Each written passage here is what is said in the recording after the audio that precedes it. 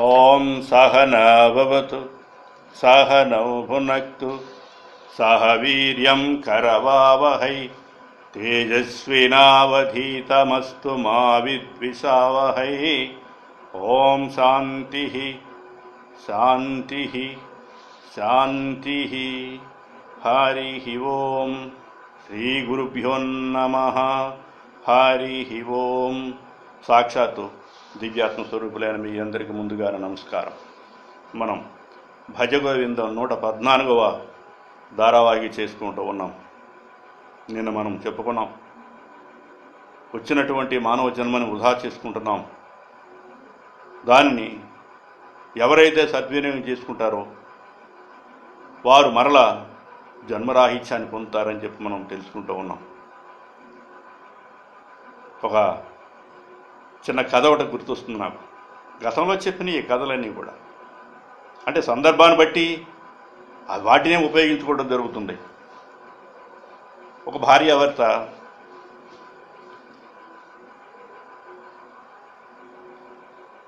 కొంతకాలం వరకు కూడా తన భార్య చేసినటువంటి ఉపాహారం టిఫిన్ ఏదుందో అది రోజు ఆస్వాదిస్తూ ఉన్నాడు. ఆయన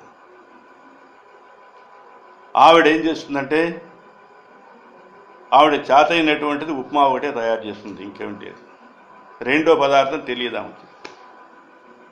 ఎందుకని? తన తల్లి నేర్పింది కాబట్టి ఆ తల్లి ఆ వండినటువంటి ఆ ఉప్మానే తన భర్తకు పెడుతూ ఉంది. ఇక కొంతకాలం వరకు ఏదో విధంగా నెట్టుకుపోయాడు. తర్వాత ఒక ఆశ కలిగింది, నా కొడుకు పుట్టకపోతాడా, వాడికి పెళ్లి చేస్తాం కదా, మరలా కోడలు వస్తుంది. ఆమె వచ్చిన తర్వాత హాయిగా అన్ని రకాల టిఫిన్లన్నీ కూడా తయారు, ఇడ్లీ, దోశ, పూరి, చపాతి ఇట్లా ఏమున్నాయో అవన్నీ కూడా తయారు చేయించుకోవచ్చని ఎంతో లోపల ఆనందపడిపోతూ ఉన్నాడు. సరే, ఆ సమయం రానే వచ్చింది. వివాహం, కొడుకు పుట్టాడు. వాడు యుక్త వయసులో అయ్యాడు. అంతవరకు రోజు కూడా ఉబలాట పడుతూనే ఉన్నాడు. ఎప్పుడెప్పుడు పెళ్ళి అవుతుందో చేద్దామా, ఎప్పుడెప్పుడు కోడలు వస్తుందా అని. ఆ తర్వాత ఆ పెళ్ళి కూడా జరిగింది. కోడలు రానే వచ్చింది. కోడలతో, అమ్మాయి వాళ్ళ టిఫిన్ ఏం చేస్తా ఉన్నా, నీకు నచ్చింది ఏదైతే ఉందో అది చేస్తాను మామయ్య అని. అట్లా కాదమ్మా, నీకు నచ్చినటువంటి వంట ఏది ఉందో అది చెయ్యి, అప్పుడు బాగుంటుంది నాకని చెప్పాడు. సరే, వెళ్ళింది, తయారు చేసుకుని వచ్చింది. తీరా టిఫిన్ పెట్టే తలికిది అది ఉప్మాయే. చాలా బాధపడ్డాడు ఆయన. ఇదేంది, కోడలు మంచి మంచి వంటలు తయారు చేస్తుందని చెప్పి అనుకున్నాను, కానీ ఆమె కూడా వచ్చేసి ఉప్మా తయారు చేసి పెట్టింది ఏంటి అని చెప్పి అనుకున్నాడు. అంతేకాకుండా కొడుకు కూడా ఎంతో ఆశపడుతున్నాడు. మా అమ్మ ఇప్పుడు కూడా ఉప్మా చేసి పెడుతుంది, నా భార్య అయినా సరే మంచి టిఫిన్ ఏదైనా తయారు చేస్తుంది అనుకుంటే ఆమె కూడా ఉప్మా తీసుకొచ్చి పెట్టింది అంటే అప్పుడు అడిగాడంట కొడుకు భార్యని, దేవే నువ్వు ఉప్మా తయారు చేస్తున్నావు, ఇంకేం తయారు చేయడం చేత కాదా? ఏమోనండి, నాకు తెలియదు, మా అమ్మ మాత్రం అదే నేర్పింది. అయ్యో కర్మ,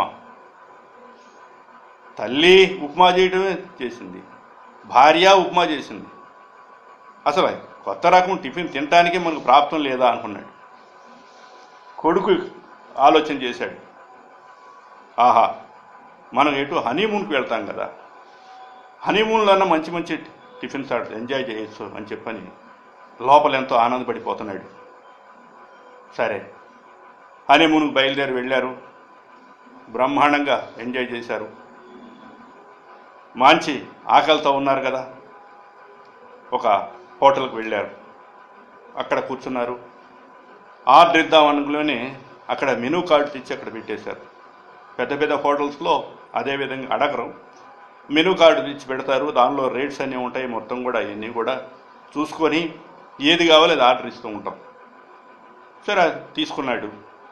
తీరా వెళ్ళేతలకి అది మొత్తం కూడా చైనీస్ హోటల్.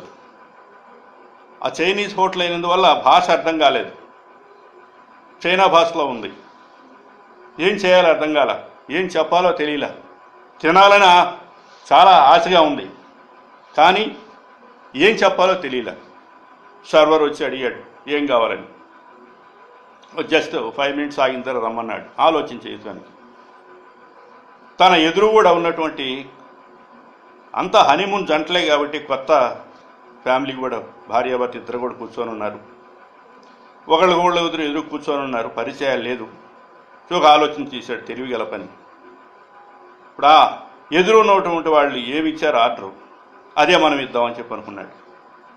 సరే అందులోకి వచ్చారు. సర్వర్ రాంగ్లోనే ఏం కావాలన్నాడు. ఎదురు ఏం చెప్పారో భాషలు రాకపోయినా కూడా తనకు వచ్చిన భాషను ఉపయోగించి చెప్పాడు. సరే అది తీసుకురావడానికి వెళ్ళాడు లోపలికి.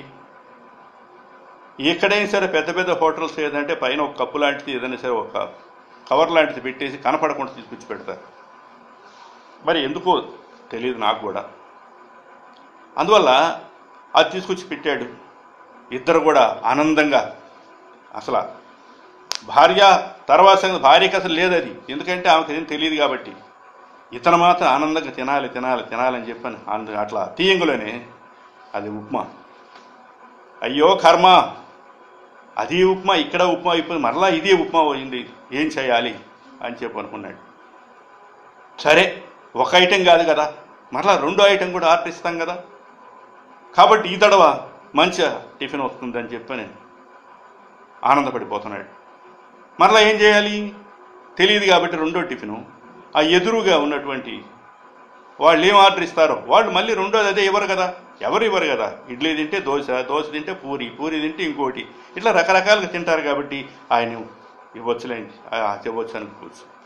సరే అతను ఆర్డర్ ఇచ్చాడు ఎదురు ఉన్నవాడు.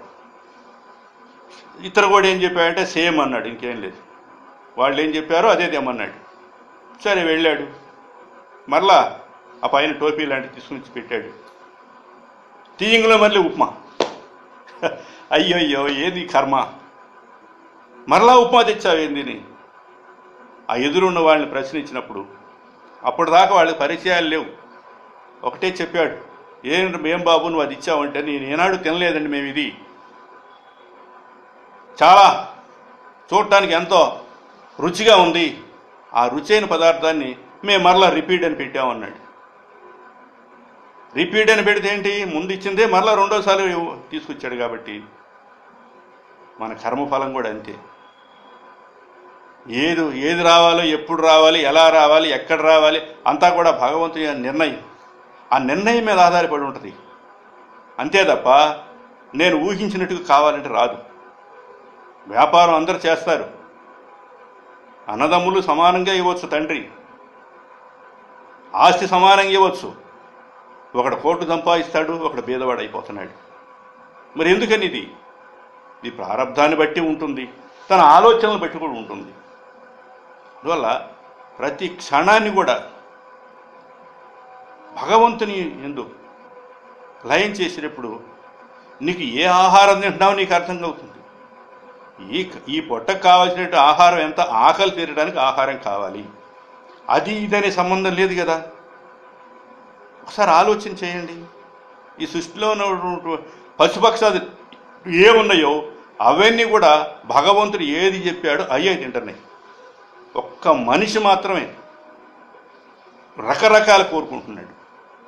వాటికి అవయవాలు ఉన్నాయి, మనకి అవయవాలు ఉన్నాయి. చూడండి, ఏ మాత్రం మనకి ఎక్కువ లేదు, దానికి తక్కువ లేదు. అందువల్ల ఏంటి, అవి ఆరోగ్యంగా ఆనందంగా హాయిగా జీవిస్తున్నాయి.